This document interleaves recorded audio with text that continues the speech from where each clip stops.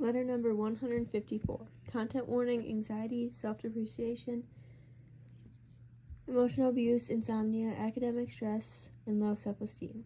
Dear reader, almost a decade ago I learned I was accepted into an early college high school. I was thrilled since I was being granted a once-in-a-lifetime opportunity, that is, the opportunity to graduate with an associate degree before even receiving my high school diploma. Admittedly, I was also excited about my acceptance because I interpreted it as me being intelligent enough to attend such a school. If only I realized sooner how much I would suffer. I'm going to cut to the chase. My time as a high schooler was some of the worst years I've experienced in my lifetime. These 4 stress-induced and mentally draining years progressed and worsened in the years that followed, but I'll briefly touch on that later. Looking back, I've noticed that I experienced a culture shock, but not in the typical way a teen does when entering high school. No, I went from attending a middle school academy where teachers couldn't or rarely lectured because nearly all of the students were ill-behaved. Students were constantly arguing and or fighting with each other and the teacher. Yes, there were even verbal and physical altercations between students and teachers. To an advanced high school where professors prioritize academic achievement. I won't lie about not expecting a change similar to this. I was certain that my education wasn't going to be hindered by my classmates this time around. However, I was caught off guard by the expectations held by my professors. They expected all of us to complete a heavy workload, to complete an exaggerated amount of homework for 4 courses every other day within a school week. On top of that, we had to prepare for major assignments, for example, exams or projects, for more than one class on several occasions. Oftentimes, these assignments shared exact due dates. You may be thinking that I should have known exactly what I was getting myself into. I did. I just didn't think it'd be this. I only knew this was an opportunity I couldn't let slip through my hands, especially as someone who grew up disadvantaged. Of course, I later realized that my time as a high schooler was going to get progressively more challenging.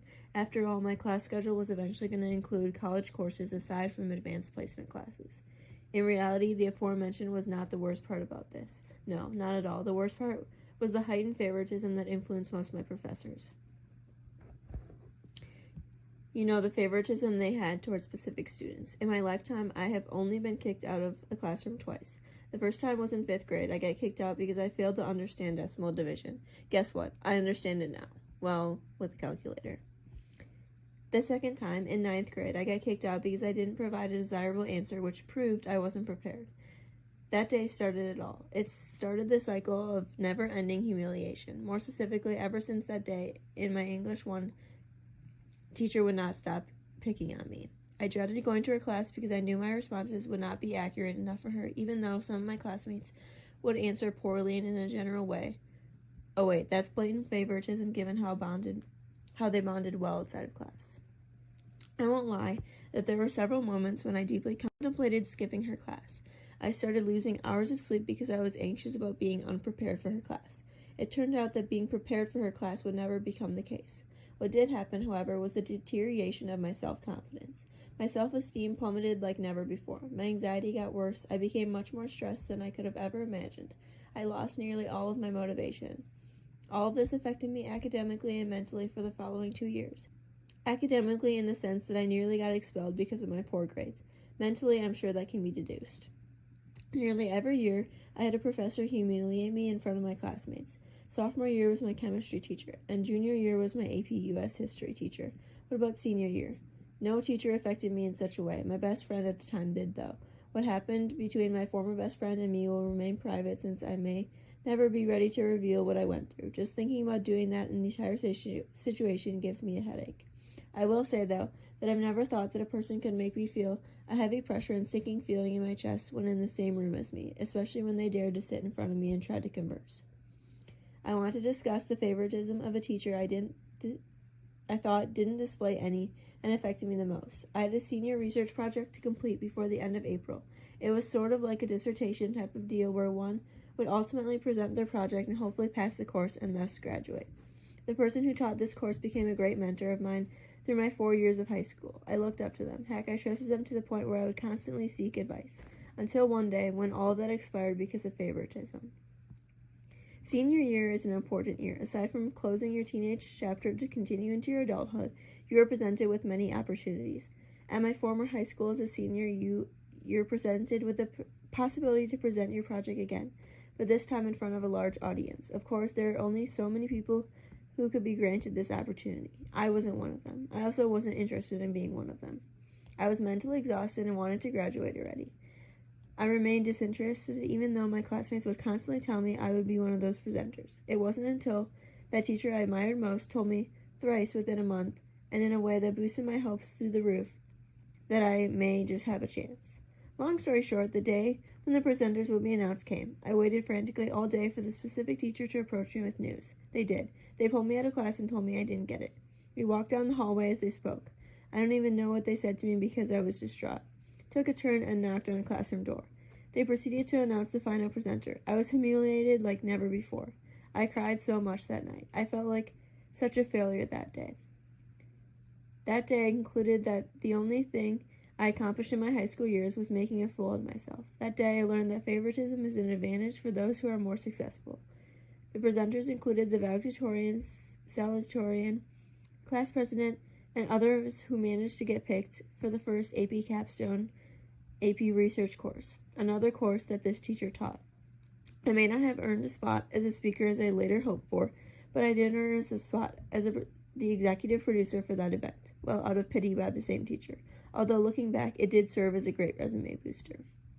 It's been nearly 5 years since I graduated from high school with my associate degree and high school diploma, something I'm positive a handful of my teachers and classmates thought was impossible. It's been 5 years since I finally decided to reminisce deeply about those mental struggles I've endured as a teenager. I don't think that teachers realize how much of an impact they can have on their students. It can go two ways. That is, they can positively or negatively impact their students. Considering that favoritism can govern the mindset of a teacher, such an impact can take a great toll on an individual level. Favoring one student over another doesn't produce any desirable results. What it does cause is an effect on mental health levels. Favoring one student because they aren't struggling with the subject taught over a student who constantly struggles doesn't measure overall intelligence in any way. Take me as an example. I became preoccupied with desiring success in a single class to receive intellectual acceptance from my teacher, leading to me performing badly in other courses. That didn't mean I was unintelligent as they thought. That especially didn't mean I was a failure as I thought. I was going through a tough time and didn't even realize it then.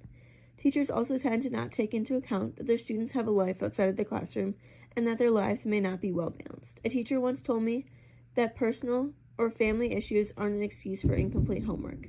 For a great portion of my life, I lived in a disadvantaged neighborhood, or what some referred to as the hood.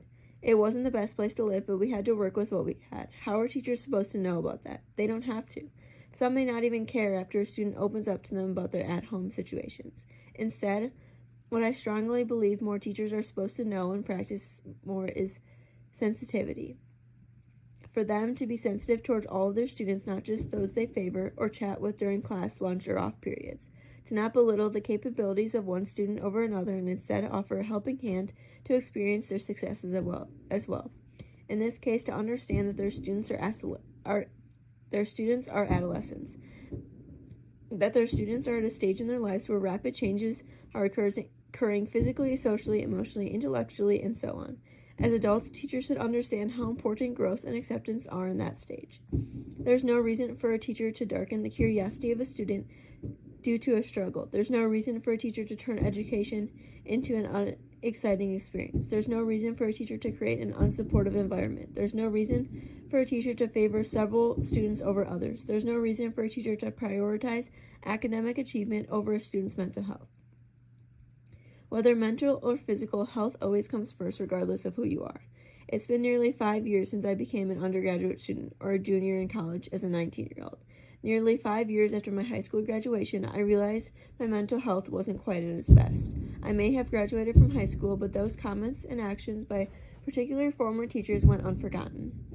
I was at my lowest at 21. I became severely overwhelmed with many things, including my online business, courses, and family issues. Eventually, I lost myself. During that time, I constantly asked myself, will I overcome this, and were they right? It's been nearly 5 years, and I still haven't forgotten what I underwent as a teenager.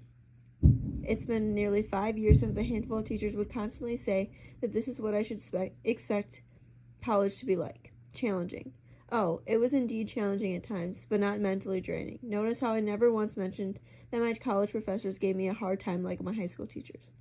It's because they didn't. My college and university professors are some of the people I'm most thankful to for healing my self-confidence. The comments and actions of my former high school teachers no longer haunt or hurt me. Their absurdity has been overshadowed by the encouraging comments and actions of my professors.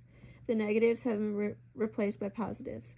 What's lost has been found. I have been found. Whether or not this resonates with you, will you allow yourself to be found, or will you lose yourself at the hands of others?